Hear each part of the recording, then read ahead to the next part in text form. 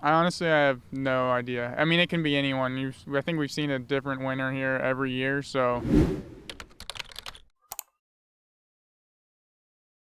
Hey guys, Johnny Disc Golf here at the 2019 Ledgestone Insurance Open. I am standing next to the champion of the Zootown Open, though, last weekend, Mr. Calvin Heimburg. How you doing, buddy? I'm doing good.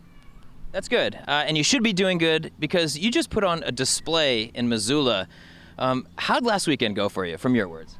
It went really well. Progressively got better every round. I was able to get lots of birdies and minimize the bogeys as the tournament went on.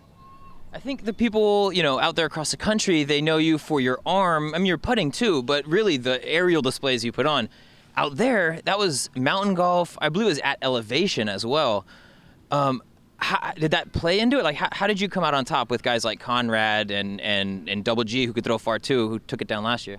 Yeah, so the Zootown Blue Mountain course, it's a little wooded. It's like semi-wooded, but it's not super technical, I guess. And the elevation wasn't too bad, so it didn't affect disc flight too much. But yeah, I mean, I was just able to keep it relatively clean, except for round one, and then I made the majority of my putts, which I've been kind of struggling with a little bit. So I was able to figure out some putting woes, and yeah, able to really put together a couple really solid rounds the last two rounds.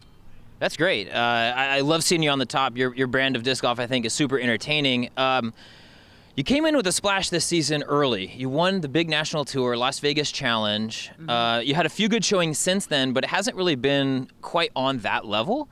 How did it feel, coming out with such a big splash to start? And since then, where's your game been? Yeah, I mean, obviously it felt great coming out and winning the first big event of the year. But, yeah, I haven't quite done anything that good since. Yeah, I mean, I've definitely struggled some on the putting green at different events, and it's kind of affected my placing. But, yeah, I feel pretty good about my game right now, and hopefully we'll put it together this weekend. Yeah, Ledgestone Insurance Open, one of the biggest paying, or I guess the deepest paying tournaments of the season. How do you feel, coming into here? There's OB everywhere. There's going to be wind, rain, a little bit different than last weekend. Yeah. How do you feel coming into here? I feel pretty good. I mean, this course kind of sets up to just, if you can just throw, I mean, you don't have to throw super far. It's just keeping it in bounds and making your putts, which a lot of the courses this year have kind of set up for. So as long as you're keeping it in bounds and making the majority of your putts, you're going to place well. Great. Have you been out here before, or is this your first year? I've played Ledgestone 2 or 3 times before. I've been out here most years of the event. Okay. What's your thoughts on, I'm not going to say the course as a whole, but it is the course evolves year after year. Mm-hmm. Do you think we're moving in the right direction with those evolutions, or do you prefer the way it used to be with a little bit more stroke and distance? Where do you stand on that? Yeah, I mean, stroke and distance made this place really, really tough. But, yeah, I mean, I'm okay with the course the way it is. It's not necessarily my favorite course in the world, but there isn't really any glaring faults with the course. So, yeah, it's just come out here and keep it in bounds. It's keep it between the ropes, kind of what a lot of the courses are kind of evolving into these days. And if you can do that, you're going to place well. Sure. Last year we saw Nate Sexton, maybe the king of keeping it in the ropes, take it down. He's not here this year. Do you have any thoughts on who we might see, towards the top? I'm not going to say pick a winner, but any guys that you think might have a breaking out party this weekend? I have no idea. I mean, it can be anyone. I think we've seen a different winner here every year, so it's really just whoever minimizes the OB and bogey strokes, because everyone's going to get the birdies. It's just how many of them do you give away on holes, and you can get doubles and triples out here without too much effort. Are there any holes that really spark your interest, or you go home and maybe think about needing to execute on those holes out here? I think the first stretch of 5 holes is pretty important, because if you get off to a slow start, it kind of pushes you into trying to push harder on the rest of the course instead of just letting the course give you what it's going to give you that day, and that can get you into some trouble. So I really think it's important to get off to a pretty clean, solid start on this course. Okay. We're going to be back here in about 6 weeks, I believe, for Worlds. Yep. Does that factor in how you play this weekend, knowing that this is, it's its own tournament, but it is kind of a warm-up for Worlds as well? Yeah, I mean, it's pretty much practice for Worlds. I mean, this is the exact course we'll be playing minus one change because of some flooding. But yeah, I mean, I don't think it really changes anything with this event. It's just going to make preparing for Worlds a little easier when we come back in whatever it is, 3 or 4 weeks. Okay.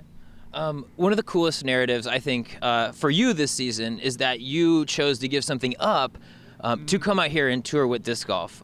Could you let the people know a little bit about, what your reality might have been had you not chose to tour this year? Yeah, I mean, I graduated with my chemical engineering degree, so I'd just be working a real job, I guess, instead of out here throwing frisbees. But yeah, I don't know. That's what I gave up. Gave up an engineering job. Come throw some discs. How do you feel about that? I mean, I think we're 2 months into the season, maybe 2.5 months into the season. Where are you at with that? Are you satisfied? Are you regretful at all? Where do you feel? There's no regrets. I'm satisfied right now. I don't know what I'll be doing next year yet, but we'll see. Well, this year you've been touring around a lot with like Madison Walker and that Florida crew down there. What's that been like? What's that friendship kind of like? How's that been touring around with them? It's been fun. I mean, I've been pretty much hanging out with my same friends from always. I mean, Madison and Zach have been 2 people. I mean, Zach didn't play as much of the West Coast, so I definitely was more with Madison. But yeah, probably be a lot with Zach when we get back to the East Coast. And yeah, it's just been fun. Can hang out with them a little more. Cool, man. One thing before I get you out of here, I know you're staying with Chris Dickerson and some of those guys. He had a little boo-boo getting to the course today. You want to explain maybe Chris's driving malfunction today? Yeah, Chris doesn't know how to listen to his phone and get off at exit 112. And apparently once you miss exit 112, you have to go 10 miles before you can turn around. So he turned our 30-minute drive to the course into like a 50-minute drive. So yeah, I mean, don't trust Chris Dickerson to drive you to the course. Never. That's a fact. Last thing I want to say before I get you out of here, though, there's so many fans across the nation who have come to know you as Heimburg or the Heimburglar, which is what I'm pushing.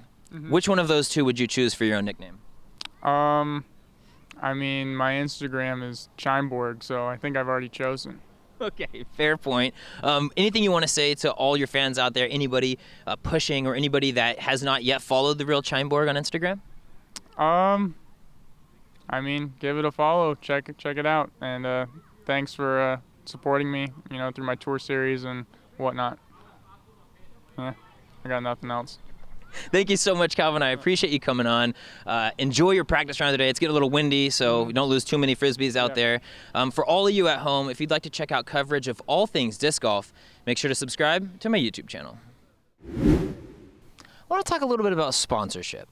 So many of you already support me at patreon.com/johnnydiscgolf, and thank you so much. It's super appreciated. But I have a few spots available in upcoming tournaments for content sponsorship. If you or anyone you know might be interested in something like that, please shoot me an email at johnnydiscgolfmedia@gmail.com. Thanks.